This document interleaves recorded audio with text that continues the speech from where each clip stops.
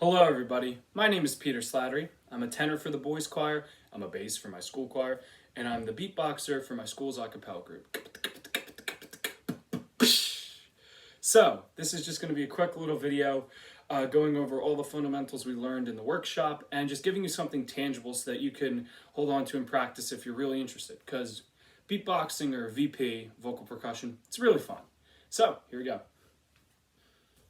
Alright, so now we're going to learn the very three fundamental beats, the bass drum, the hi-hat, and the K-snare. But before we start anything, get yourself some water, because you're going to need it. And I'm from New Jersey, it's water. Alright, here we go. So for the bass drum, think of a very percussive word that begins with a B. So, I know that sounds complicated, but here, think of the word like basket, basket, and really overemphasize the B, basket. Now, just take out the whole word and just focus on that one sound.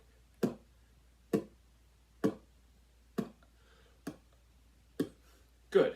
And if you notice, when we say that word, our lips are extremely flat and horizontal. So, in order to get the bass drum sound, which you know, if you've ever listened to rock or other songs, it's very heavy, it's very thick. So, take that horizontal and turn it into more of a fishy lips. So go, not, and that's what the sound we want. Now, the hi-hat. What we need to do is kind of the opposite. We're gonna, instead of making the sound really thick, the hi-hat's using more of like an accent. So we're gonna need to make our lips horizontal this time to give it a really quick sort of snappy tone. So you're just gonna wanna go,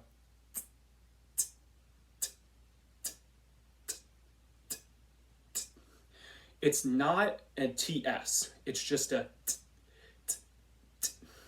For the longer, maybe end of a beat, you might want to go t, t, t, t, and that's fine. But for the very basic one, you just want to go t. Okay, and for the final one, we have the K snare. Now, this is once again pretty simple. Say a word with a hard percussive K, like kite. Now, just take out the ite, so you're just going to go. And you'll notice where you position your tongue and how tight your tongue is, you'll get different sounds. So you can go, and like we did before, you can change the whole tone by either making your lips extremely horizontal or extremely fishy lip. Bright, dark.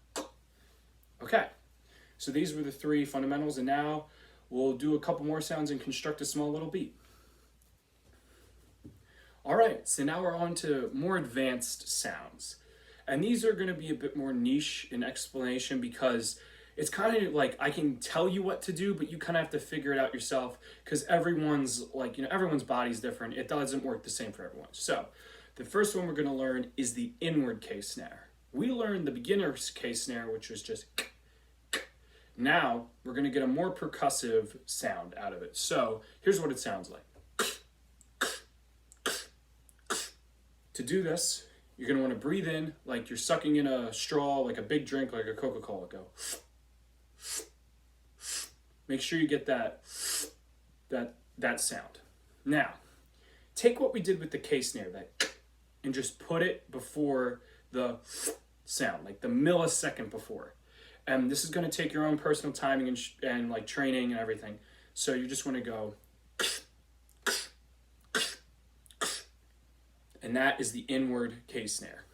Now, that was sort of like the intermediate level, and these are going to be the way more like, you're going to want to take your time and actually learn this. So, the next one is kind of hard. It's called, I guess, the dubstep bass. So, what you're going to want to do is say the word eat. Eat.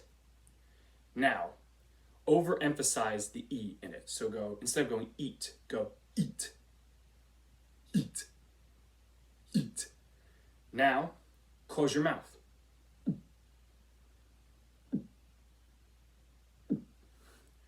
And now you can do it. And if you want to stay with the word eat, you can even get a beat going like. And if you're a fan of dubstep.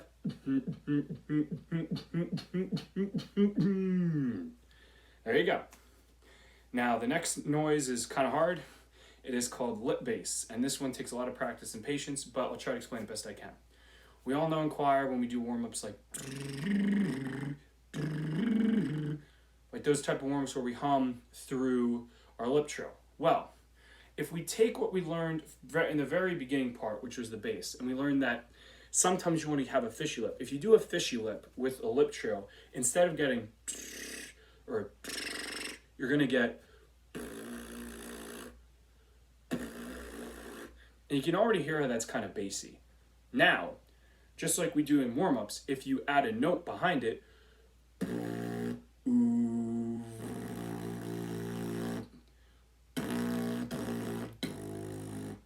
you'll be able to do a bass sound. So this can be like,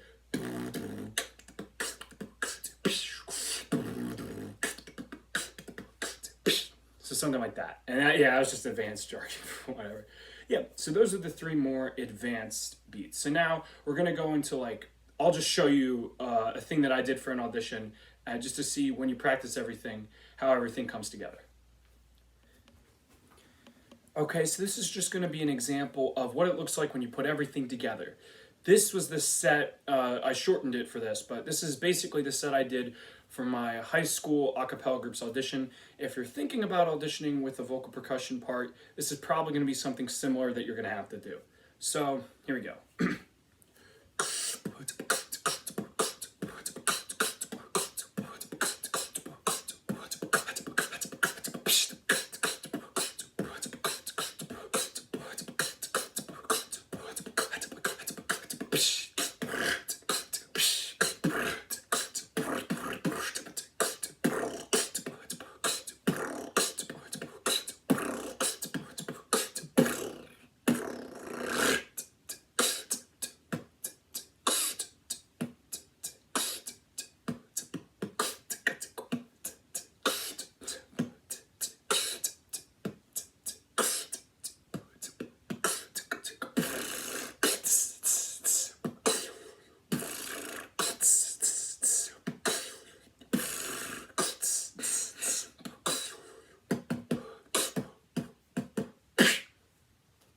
All right, thank you.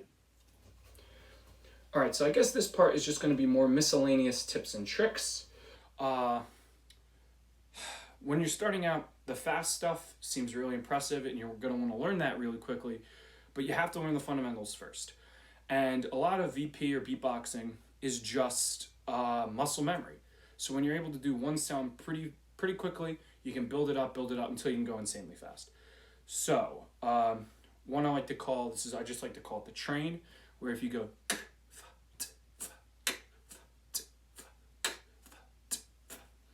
and if you go like that, but you speed it up, kind of sounds like a train. I'll show you right now.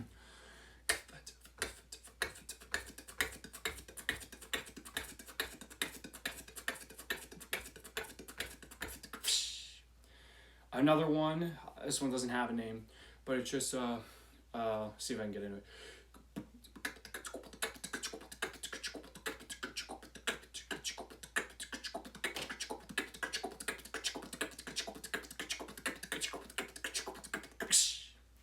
So yeah, once you start out really slow, you can build yourself up to a more comfortable pace with muscle memory.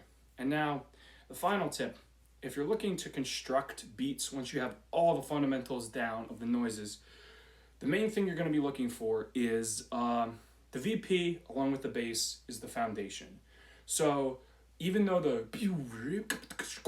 like all that stuff sounds really fun, if you're doing a song or a cover, you're really only going to be focusing on like the fundamental beats. So you're kind of just going to be repeating 3 times and then doing a transition. For instance, in the set I just previously did, when I went,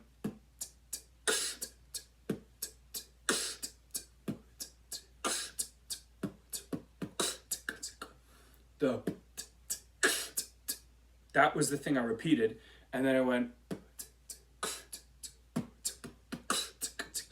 that was the transition. So if you're looking to construct beats, think of a simple repeated block and then a transition. And then one final thing, if you're struggling to find something to help you make a beat, you can actually just listen to music or songs that you already know, and that can really help you. For example, what I just did was from Hamilton, and you probably didn't even know it. Burn. I'm burning the letters you wrote me. Dot.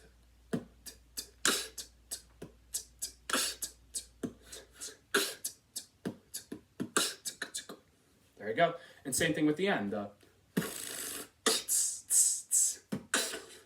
The Reynolds pamphlet. See what I mean? So when you're very comfortable with the noises, start listening to all different types of music, and you'll be able to construct some really cool and fun beats. All right, my name is Peter Slattery. Thank you.